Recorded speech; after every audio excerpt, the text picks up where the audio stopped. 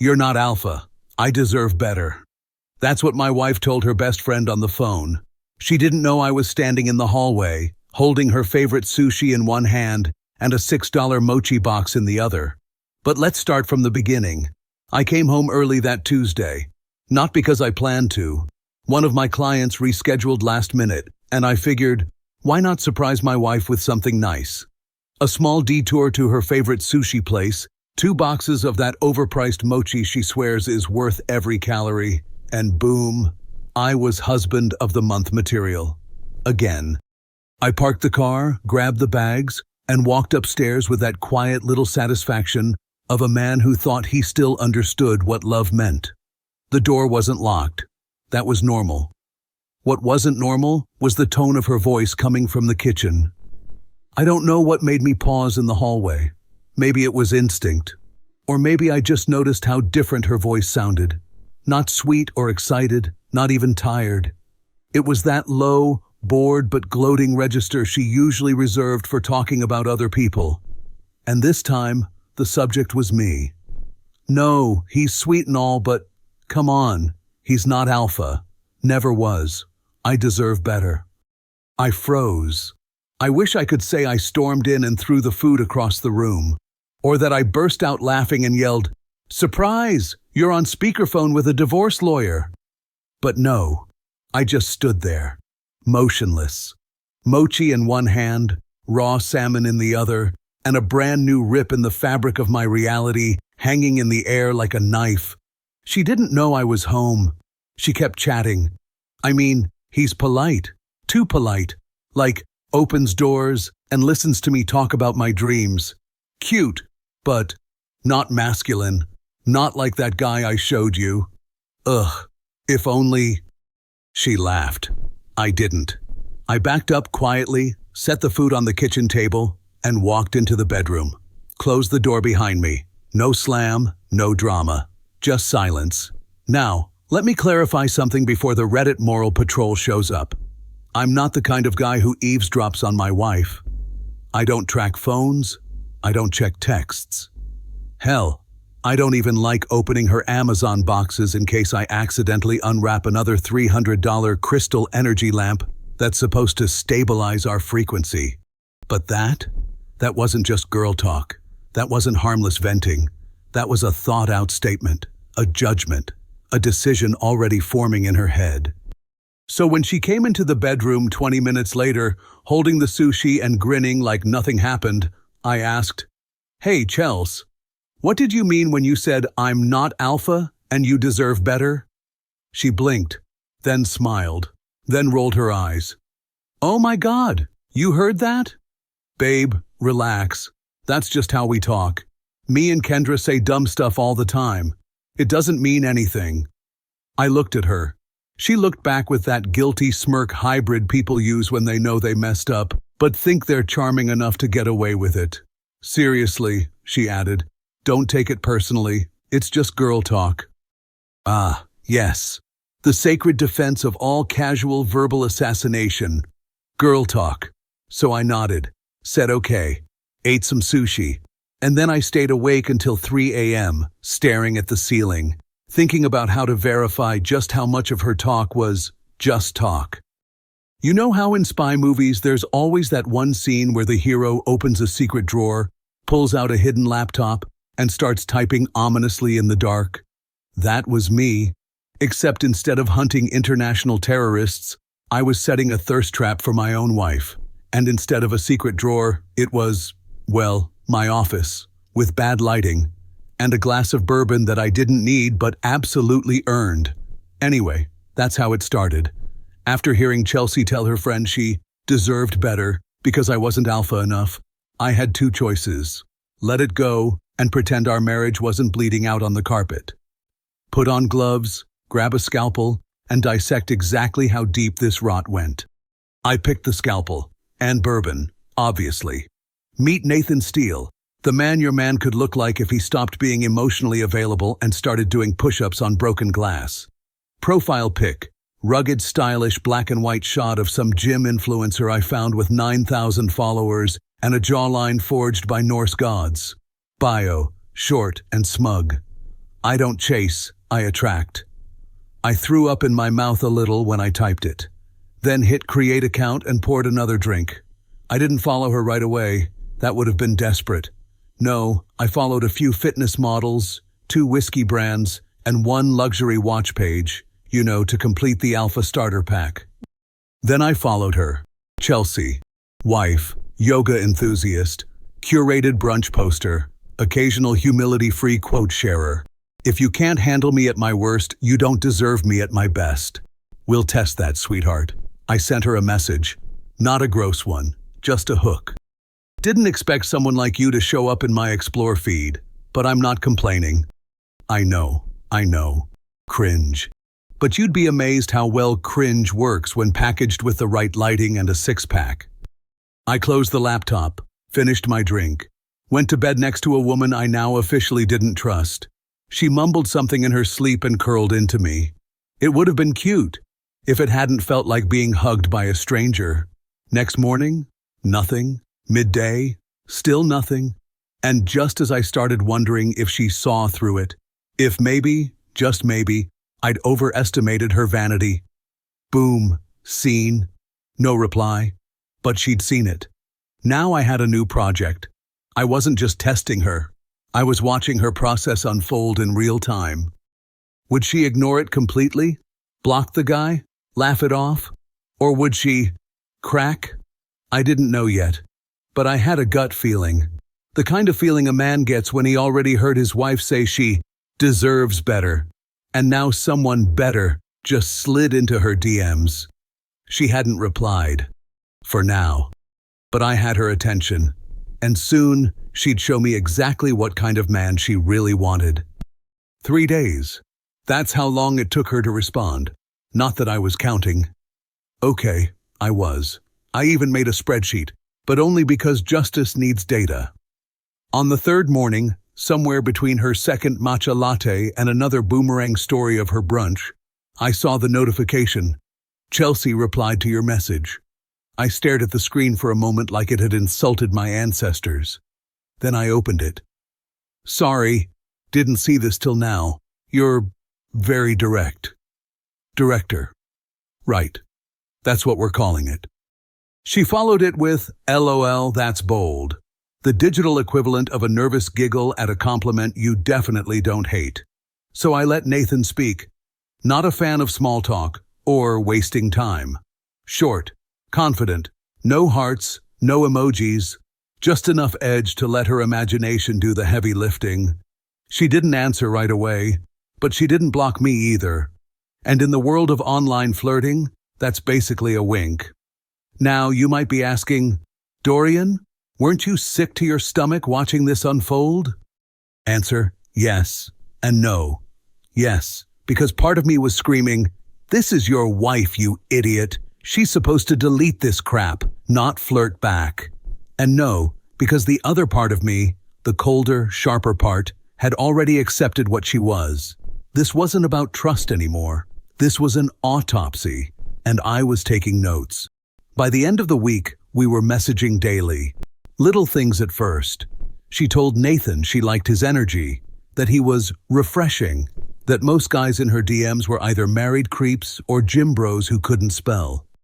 Oh, the irony. I kept things vague, playful, always dangling just enough mystery to keep her curious. She asked where I lived. Here and there, she asked what I did for work. Enough to not need a boss. She said I seemed dangerous. Only if you play dumb. That one got a fire emoji. Meanwhile, in real life, she was the model wife, laughing at my jokes, kissing me goodnight, asking if I wanted to try that new tapas place Friday. Sure, babe. Let's get tapas. After you finish texting my alter ego about how bored you are with your emotionally stable husband. One night, she brought up her past relationships to Nathan, said she'd been with safe guys before, that she wanted to feel something different now, something raw. I almost replied, like guilt? But no, Nathan doesn't do guilt. Nathan pours whiskey, says your move, and watches the pieces fall. Then came the moment I knew she was slipping. She sent a picture. Nothing explicit, just her at the gym. New leggings, hip tilt, sweaty glow. Caption: Guess who crushed her workout today? It wasn't a thirst trap. It was a soft launch, and it was aimed at a man who didn't exist. Later that night, I kissed her on the forehead while she was half asleep on the couch. She murmured, "Night, babe," and curled into a blanket. On her phone, screen dimmed, Instagram still open. The next day she was on the phone again. I wasn't even trying to snoop this time. I was just passing by in the hallway. But as soon as I opened the door, I heard the tone. That same tone, lowered voice, half whisper, half giggle. Excited, like a teenager talking about a secret crush. Except this teenager was 33 and legally mine. I paused in the hallway, not hiding, not eavesdropping, just listening. I don't know Kendra. He's just different, not like Dorian. He's confident, bold. He doesn't second-guess every word like he's scared I'll judge him. Honestly, I think I finally found the real deal, like an actual alpha. I didn't flinch this time. I didn't feel rage or heartbreak or betrayal, just confirmation. Pure, clean, icy, the kind you feel right before pulling the trigger. I stepped into the room like I hadn't heard a thing. She turned around so fast, she almost dropped her phone. "Hey, you're home early." "Yep. Another round of girl talk?" "Oh, yeah, just catching up. You know, boring stuff. Kendra's going through something." "Right." I smiled. "Is that why you hung up mid-sentence?" "What? No, she had to go. Something urgent." "Mm-hmm." She started organizing mail that didn't need organizing. "You've been glowing lately," I added casually. All smiley, inspired, like someone who's in love again. She laughed, way too hard. "Stop it. That's ridiculous." "Is it? It's just hormones, maybe? I don't know. Yoga helps too.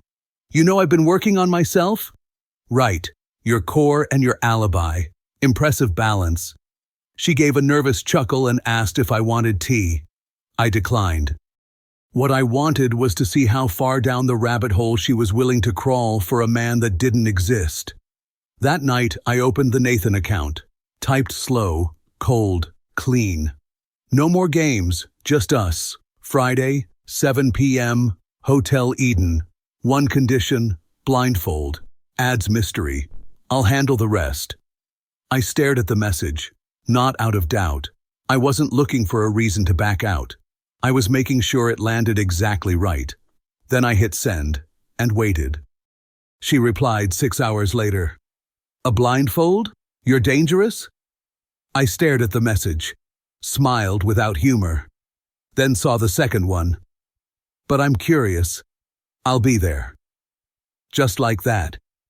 3 weeks ago, she was planning our anniversary dinner. Now she was planning her outfit for a night with a man she hadn't even seen in person. Well, not that she knew. I booked the room the next morning. Hotel Eden, a boutique place downtown. Velvet furniture, low lighting. The kind of overpriced place that screams, "This isn't love, it's expensive escapism." Suite 504, king bed, balcony view, dimmable lights, and, of course, a small round table with 2 chairs. I made sure of that. We weren't going straight to betrayal. Number. There had to be a stage. I told the receptionist I was planning a surprise. "Anniversary?" she asked. "Something like that," I replied. She smiled. I didn't. At home, Chelsea was glowing. Literally. She'd bought a new highlighter. Her face shimmered like someone who had something, or someone, to impress. Thursday evening, she did a face mask, clay and eucalyptus. Friday morning, she shaved her legs in the shower and sang to herself. She hadn't done that in months. I watched her pick out her outfit. Subtle, but intentional. Black dress, not too short. Just enough skin to tease, but not to cheapen. She looked herself in the mirror like she was trying to see someone else. She curled her hair, put on perfume I hadn't smelled in over a year. The one she used to wear when we were dating. Cute. She checked the time, grabbed her purse, hesitated, then walked to the front door. Going to see Kendra, she said. Of course, I replied. Girls' wine night. Might be late. Take your time. She looked at me, briefly. I couldn't tell if it was guilt, hesitation, or some flicker of self-awareness. But it passed. She left. 10 minutes later, I followed. Not in a car, not lurking in shadows like some bitter detective in a trench coat. I just walked calmly to my own car, drove downtown, took the elevator to the 5th floor, and stepped into the room where the truth was going to take its mask off. The room was warm, Diamond Soy's quiet. I lit 2 candles, poured wine into both glasses, put on the playlist she used to love, set the blindfold, soft black satin, across the chair where I'd ask her to sit. Then I checked my watch. 6:54 p.m., 6 minutes. 6 minutes before the final crack in the mirror. I started waiting, not nervous, just ready. I wasn't doing this for revenge, not for drama, not even to punish her. I was doing it because I needed to see her choose, knowing it was a choice, and because sometimes people deserve to see the face behind the fantasy, even if it's the one they already married. 7:02 p.m. 2 soft knocks. I didn't answer, didn't move right away, just listened. I imagined her standing out there, rehearsing lines in her head, adjusting her hair, smiling nervously to no one. Then I bent down, picked up the blindfold, and slowly slid it under the door. Silence. 5 seconds. Then, "Oh my God. Seriously?" she said on the other side. Her voice was amused, breathy. "You're insane," in the hot way. I heard the rustle of fabric, the quiet inhale as she adjusted the band over her eyes. A moment later. "Okay. Ready." I waited 3 more seconds. Let the silence do its work. Then I opened the door. She stood there blindfolded, arms slightly folded, smiling. Her lips wore a subtle lipstick, not too dark, not too flashy, just calculatedly seductive. Her black dress hugged her just enough to make her feel powerful, but not obvious. And now she was standing at the threshold of a lie she built herself. "You're not going to say anything?" she teased. I didn't. I simply took her hand, gently, deliberately, and guided her in. The room was dim and warm, lit only by 2 candles on the small round table. Wine already poured, plates set, untouched, music low and slow in the background, something bluesy with a little smoke in it. I pulled the chair back. She sat gracefully, crossing her legs like this was all routine. "This is wild," she said, laughing nervously. "Can't believe I'm actually doing this." She reached for the wine glass, found it after a few searching taps on the table, sipped carefully.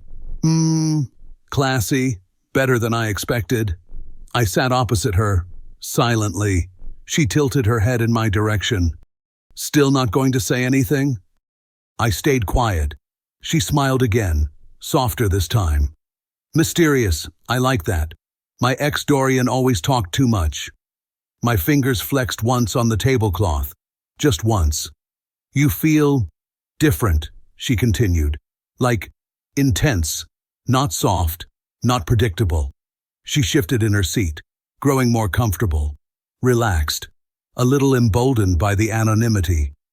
"I don't know, you're just more than what I'm used to, more than I ever thought I'd find." She took another sip. "With you, I feel seen, desired, and not for being perfect or sweet, but for being a woman. You have that thing, that energy. You don't even have to speak." She reached out her hand across the table, letting it hover in the air, searching. I didn't take it. Instead, I stood up, walked around the table. She sensed me behind her, lifted her chin slightly, expectantly.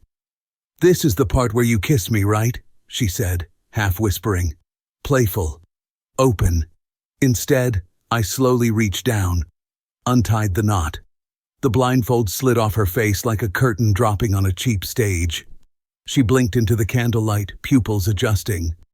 Her smile remained for half a second longer than her brain could justify, and then collapse. Lips parted, face drained.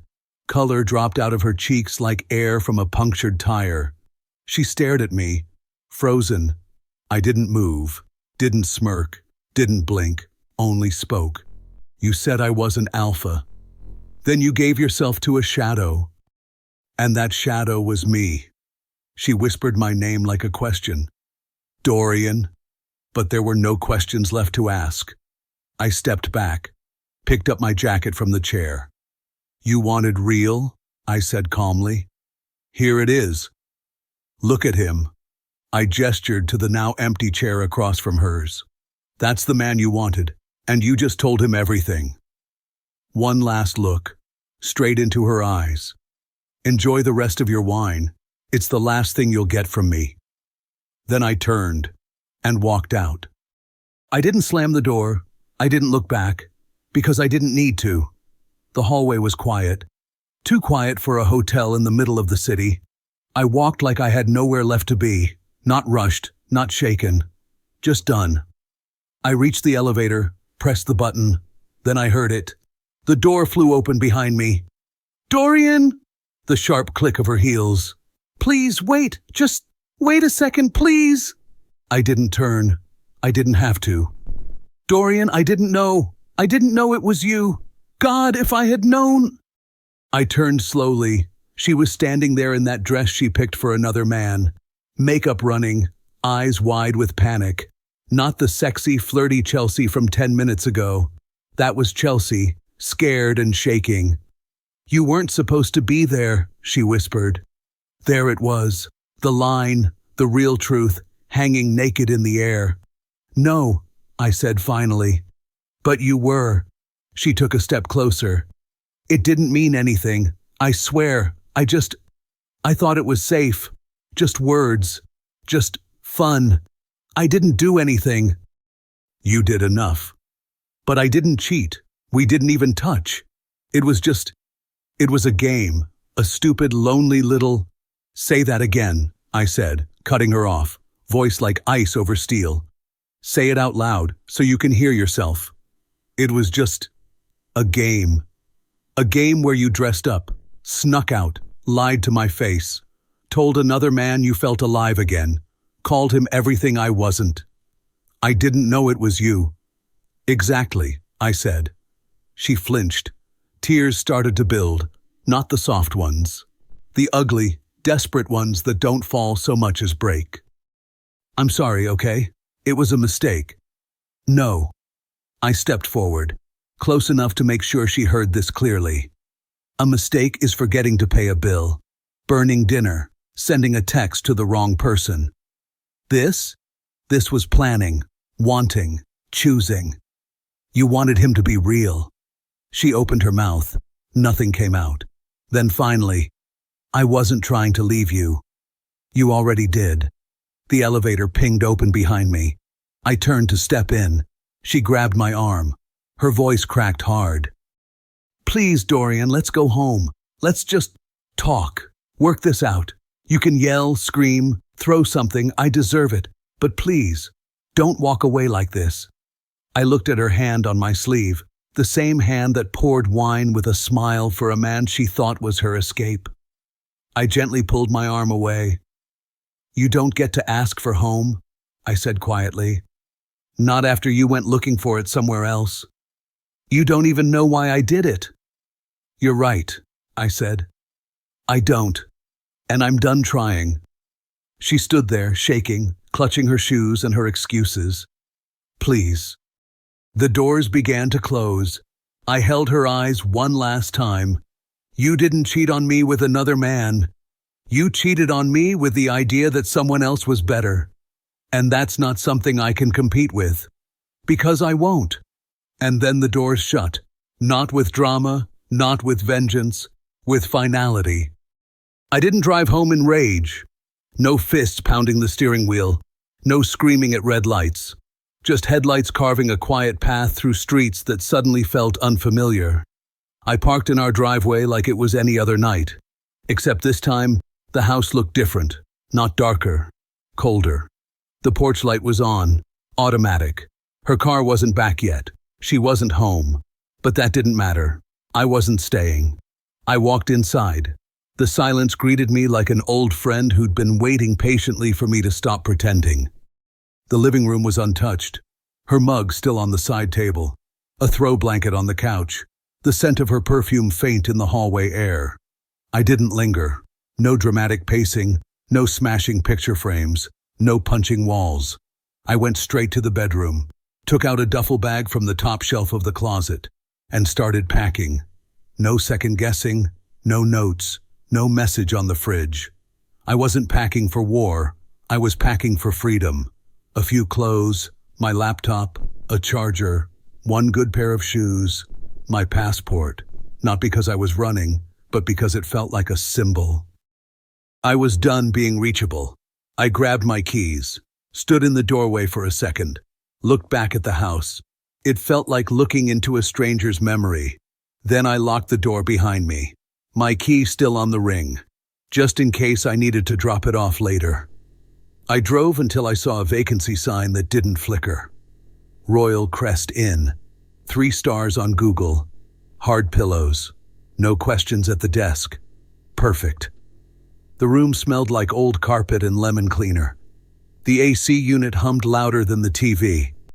I didn't turn on the TV, didn't check my phone, didn't answer her calls. Yes, she called, 6 times. I let the screen light up and die in silence.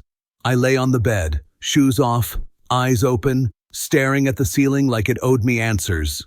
It didn't, but that was fine. I already had what I needed. The next morning, I showered, dressed, brushed my teeth with a cheap travel kit from the front desk. By 8:17 a.m., I was standing in an attorney's office downtown, holding a file folder labeled Chelsea Ward, Dissolution Petition. I wasn't angry. I wasn't broken. I was clear. "Do you want her served personally or through certified mail?" the assistant asked. I didn't hesitate. Personally. At home? Wherever she'll feel it the most. The assistant blinked. Understood. I signed the documents, initialed the right corners, walked out into the sun with the calm of a man who just left a burning building with his dignity intact. Chelsea would be home by then. Maybe she'd be standing in our kitchen. Maybe she'd be waiting for me. Maybe she'd be rehearsing her speech again. Too late. She'd hear the doorbell, see the courier, and understand, finally, that I don't chase. I walk away. It's been 3 weeks. No fireworks, no closure talk, no dramatic scenes in the rain. She texted a few times, called once, left a voicemail I didn't listen to. Her number's blocked now.